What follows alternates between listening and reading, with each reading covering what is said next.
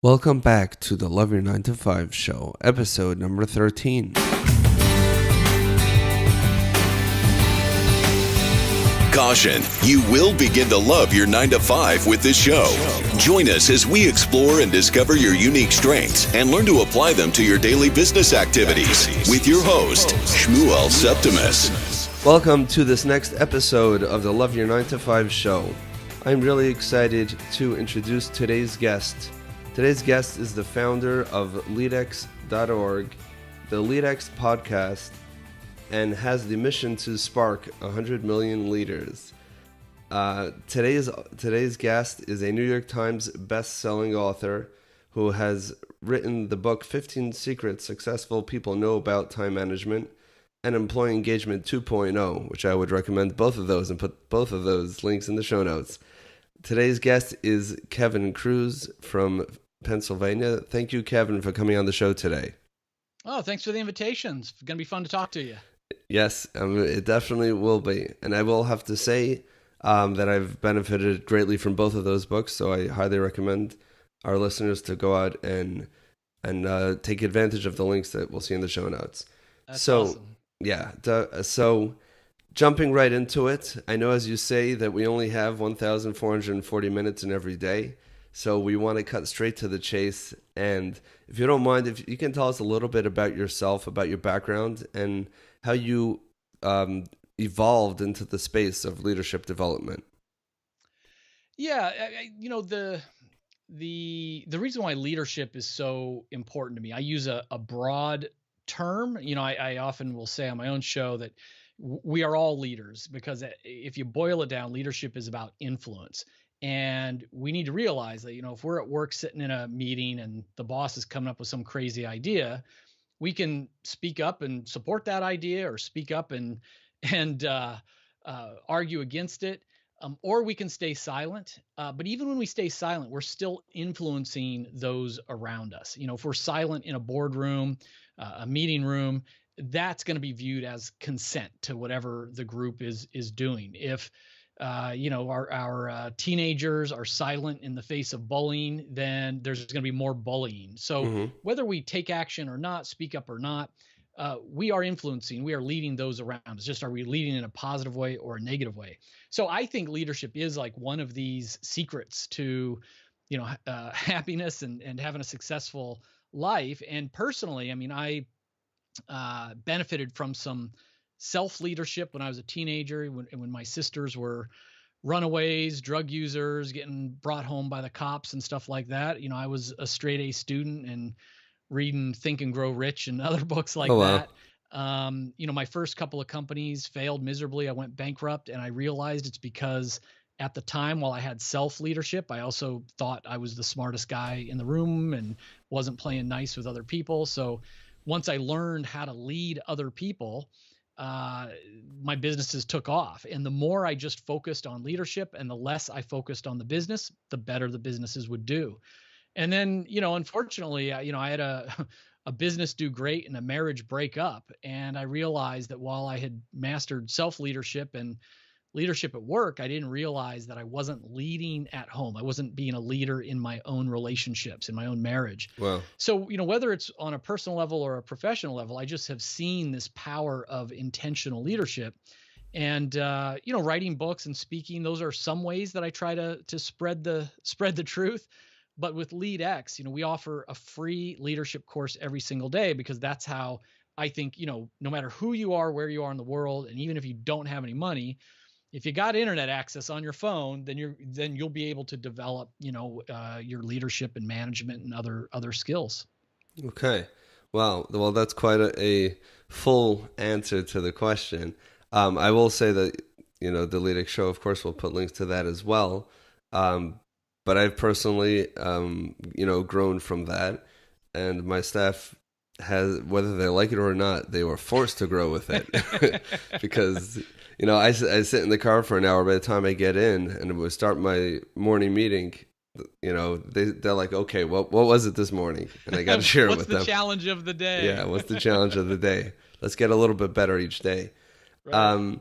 That really leads into my next question, because we're used to the concept of leadership. We see that as a CEO of an organization, a founder of a big company, um, a someone speaking in front of a big audience or something like that. And those are the people that we see naturally as leaders. And of course, those people are leaders. But I know that you mentioned the concept of self leadership.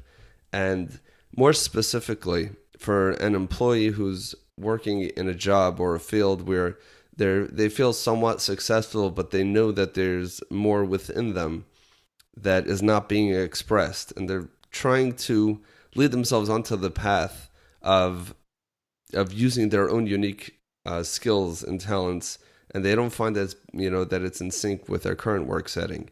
Are there any suggestions of kind of finding ways to lead ourselves back or lead ourselves out of that and into this on fire type of performance through better self leadership?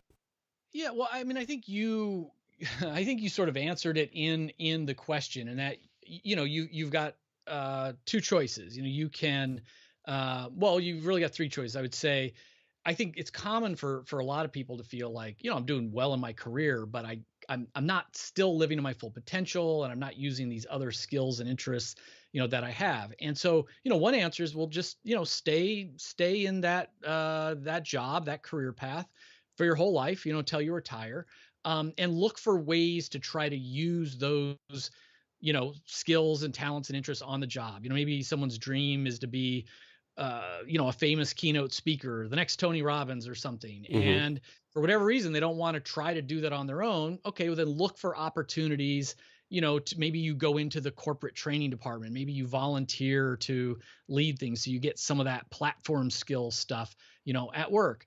I think this day, it's easier than ever before to kind of have a side hustle. So for whatever reason, maybe you can't quit your job and take that leap, but you work your 40 or 50 hours in the day job, the main job, and then you try to, fit in your passion into your side business, side interest. There's a lot of people that, have to leave for work at 7 a.m. so they get up at 5 a.m. because they're working on, their book, their novel. There's a lot of people that, work until and get home at 8 o'clock at night, but then they're up until midnight working on their, Amazon store, eBay store, or something like that. So I think the side hustle is another way. And then of course, the third way is to just make a plan to take that leap. And, I've had several different companies now, some of which have failed miserably. Thankfully, several have done very, very well, but all of them I've started when I was employed doing something else. Wow. And for me, I would just work those, weekends and nights or whatever to get it going. And generally when it was bringing in anywhere from like half of my full-time pay to a little bit more than that, then that would be the time where I would say, all right, I'm ready to now like step away from the last thing and step into the new thing. It was a way for me to sort of hedge my bet, and to take some of the risk off the table. I had the benefit of, starting my early companies before I was married or had kids or a mortgage. Mm-hmm. And I didn't care. Like, as long as I could, put food in my mouth to survive, like I really didn't care about anything else. Uh-huh. But now that I'm 50 years old with a couple mortgages and 3 kids, I would see, I can empathize with those who say, what happens if I burn through, my savings, or this doesn't work out. Now I've been, off the career ladder. It is tough as you have other obligations to other people. Mm-hmm. Mm-hmm. And what's interesting is that, what you mentioned about doing the side hustle, on the side with something which maybe appeals, to your talents better than what you're doing currently at work. When you did do that, did you find that it was hindering your performance during the day, or was it neutral? No, I think it enhances it. And in fact, I've been an employer of hundreds of people in, half a dozen different companies. And I always tell the new hires, I tell people whether they work for me or not, I don't believe in, those clauses in the contracts about, not, no moonlighting, as they would say. Right. I want them to have other pursuits because they're going to be happier, they're going to be more engaged, and they're going to learn new skills. So, what happens if you lose them? If fine, I congratulate them. Maybe I'll be a customer of theirs. Maybe they'll refer me. I mean, I don't expect that I'm going to keep, I mean, I have an incredible track record of keeping great talent for a long time, but I don't expect that, that people will stay with me forever. I mean, life is short. So if I can help people to pursue their dream, I'm going to do it. If I can help them set up, if I can assist them in leaving me so they could go do what they've truly meant to do, I think karma comes around. It's good for them. They'll remember me. I can attract great talent, knowing, the people come in and I say, listen, what's your dream? Here's my dream. Can we get enough of an overlap to make this work for 1, 3, 10 years? And I think I get maybe better talent. Maybe people stay longer with me because they know they can moonlight, not have to hide their website or be afraid the boss is going to stumble on their podcast or something like that. So, no, I think it's worked out. I think it's always worked out. Well, I knew that's how you felt. I just wanted everyone else to hear you say that. Yeah. But what I do want to point out, though, is that what type of effect does that have on the organization as a whole? I mean, I've been in organizations as an employee, even if a high-level employee, but still an employee, where my bosses on top of me are always looking over their shoulder and making sure that everyone is kind of locked in, almost like a jail mentality, that this is where you are and how dare you think of leaving? And if you actually do leave, that was terrible that you left. But if you're creating an environment and a culture of growth and environment of mutual benefit, and they know, like, and trust you, right? Because they know that you will help them, move on somewhere else if it's in everyone's best interest. Then while they're there, I'm sure the performance is that much better. Yeah, you said it best right there. The growth is key. So if there's an organization where there's not a lot of growth of the organization, there's not a lot of movement and investment in the people, well, people are going to leave an organization like that, and that's not a great culture for keeping great talent. But ironically, you will keep people longer and the best people longer if you have that open culture where there's growth and sharing, and if there are certain areas they can't get growth in at work, but they're able to do it, at night or on the weekends, they're going to stay with you longer.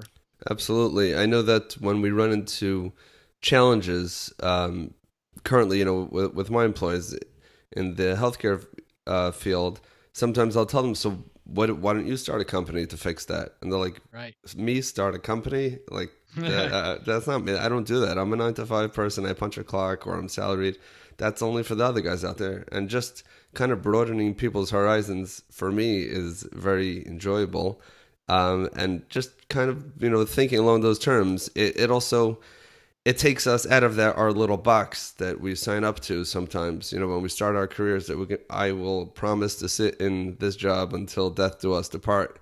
There's a whole world out there, and that completely changes the environment in the workplace. That's right. That's right. So thank you for sharing that. If you don't mind, is there a particular event that occurred, I think you asked this to your guests as well, that you would define as a low point in your career? And is there something that you may have learned from there that you can share with our listeners so that perhaps they can learn from there without having to go through what you went through? Yeah, I mean, I've had a lot of low points, I guess. I mean, so one that jumps out is my very first company that went out of business, and I had a dream to be an entrepreneur from a pretty young age. I was 12 years old, and I saw my father's company went out of business that he owned, and there was this really scary bill collector that came to the house, and we ended up losing everything, had to move, and so I was 12 years old, and I'm like, I am gonna have a lot of money when I grow up. And it wasn't about cars and houses. It was about making sure the scary bill collector wasn't going to be chasing me out of my home.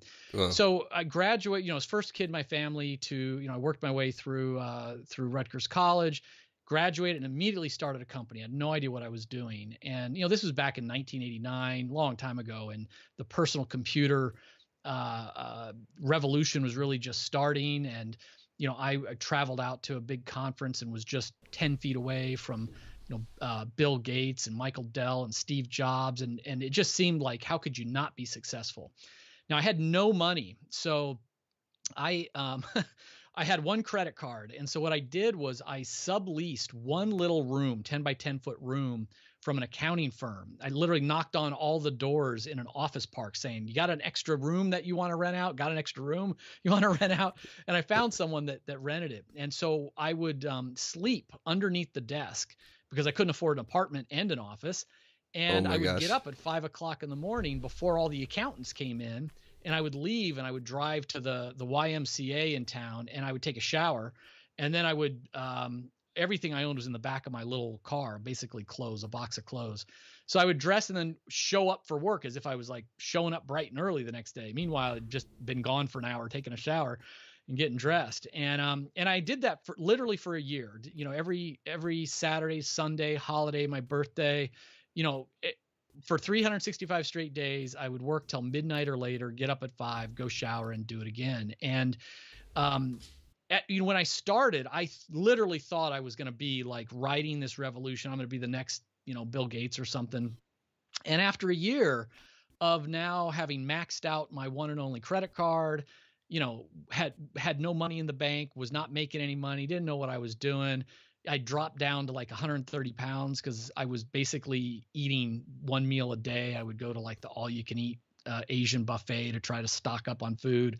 I just Wow. had to stop. And I didn't have to officially file like a bank. I didn't owe anybody money, but I was out of money. And, that was my first big attempt at entrepreneurship, and it failed miserably. It left me 12 months later with, debt on the credit card and all the rest. And, felt like a failure. Everybody, when you start your own business, tells you how stupid you are, and you should just go to medical school or law school or something like that. Hmm. And so, you've got to face all of that. And, but for myself at the time, I was so committed to my goals of financial independence and owning my own business Well, what was the that, business, if you don't mind my asking? yeah, it was well, that was part of the problem. Is it certainly pivoted far too often and far too quickly.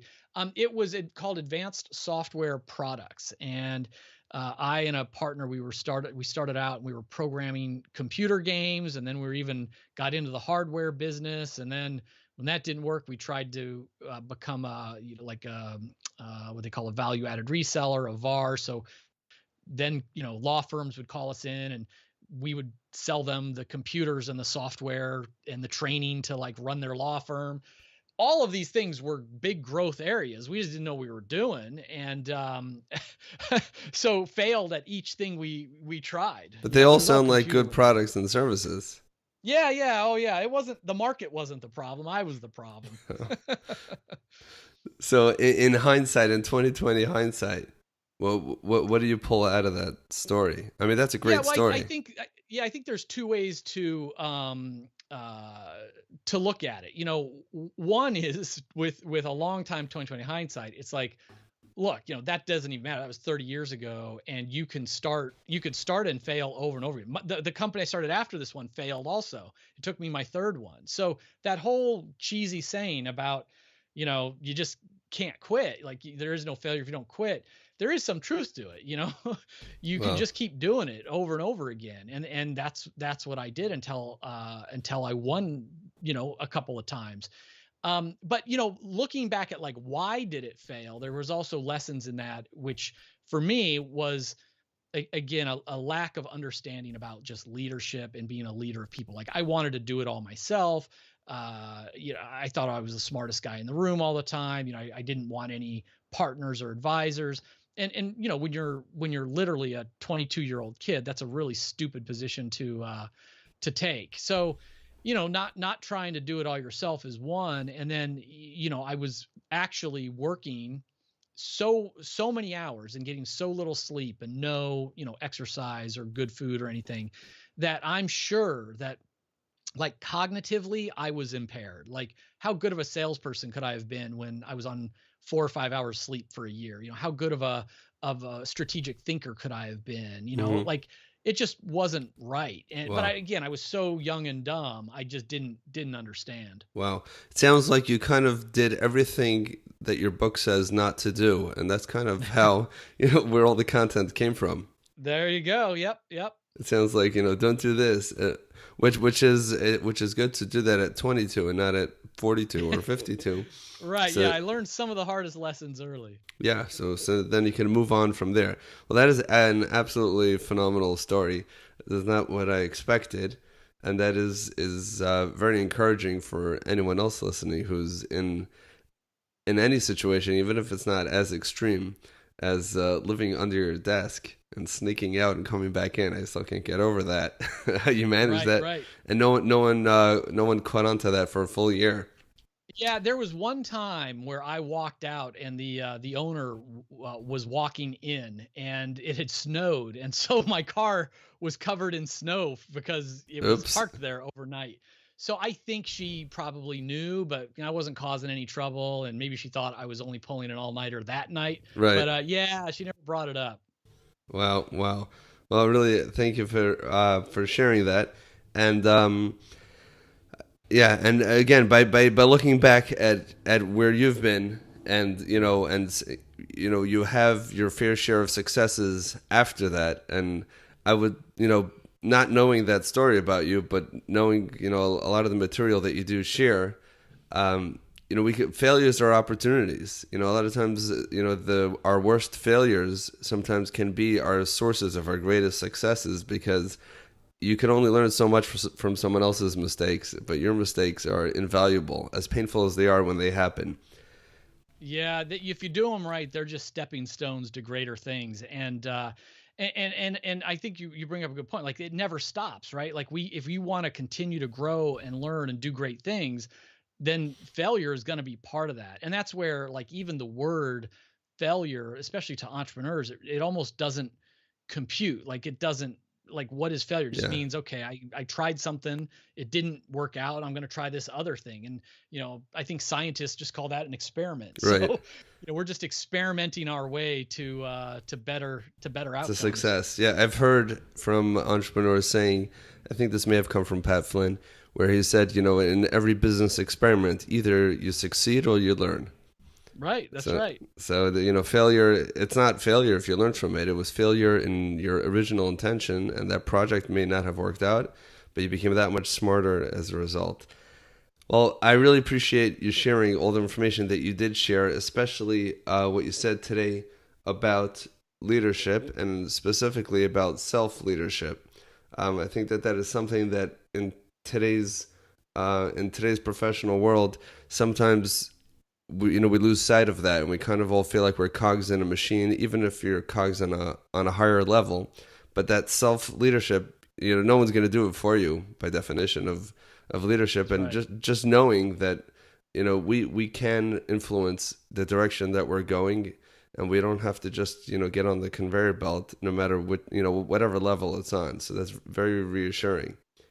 Yeah, Um, excellent. No, I'm. This has been a great opportunity to chat with you and your listeners.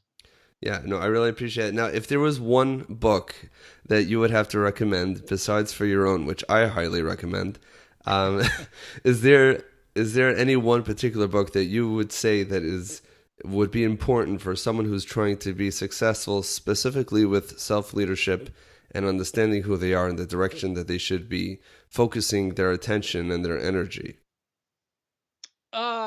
I don't know about books on discovering who they should be. I mean, I think in that sort of genre, though, I mean, Brene Brown's work, especially Daring Greatly, definitely changed my life and shows us a lot about, our own fears and insecurities and limiting beliefs and how by, taking some risk and sharing the real us, including the flaws, that's actually a superpower leading to success. So I think Brene Brown's work is pretty important. Okay, I'm not familiar with it, but I will definitely put a link to it in the show notes, as I will with everything else that we mentioned.